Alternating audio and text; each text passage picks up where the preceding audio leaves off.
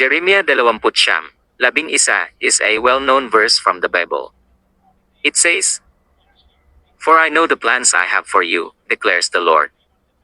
Plans to prosper you and not to harm you. Plans to give you hope and a future." This verse reminds us that God has good plans for our lives. And He wants to give us hope and a bright future.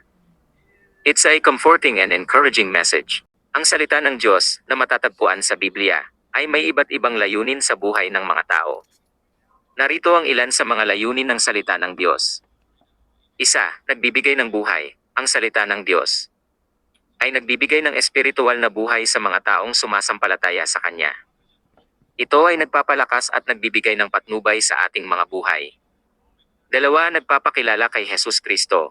Ang salita ng Diyos ay nagpapakilala sa atin kay Jesus Kristo bilang tagapagligtas at manunubos ng sanlibutan.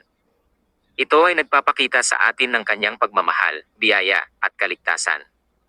Tatlo, nagbibigay ng konteksto sa kasaysayan. Ang salita ng Diyos ay nagbibigay sa atin ng konteksto at kaalaman sa kasaysayan ng pagdating ni Jesus. Ito ay nagpapakita kung paano natupad ang mga propesya at kung paano nagawa ni Jesus ang kanyang misyon. Apat, nag-aakay sa mga hindi sumasampalataya. Ang salita ng Diyos ay nag-aakay sa mga hindi sumasampalataya upang magkaroon sila ng pananampalataya kay Jesus.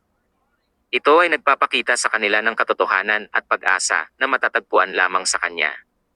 5. Nagtuturo kung paano mabuhay ayon sa kagustuhan ng Diyos. Ang salita ng Diyos ay nagtuturo sa atin kung paano tayo dapat mabuhay ayon sa kagustuhan ng Diyos.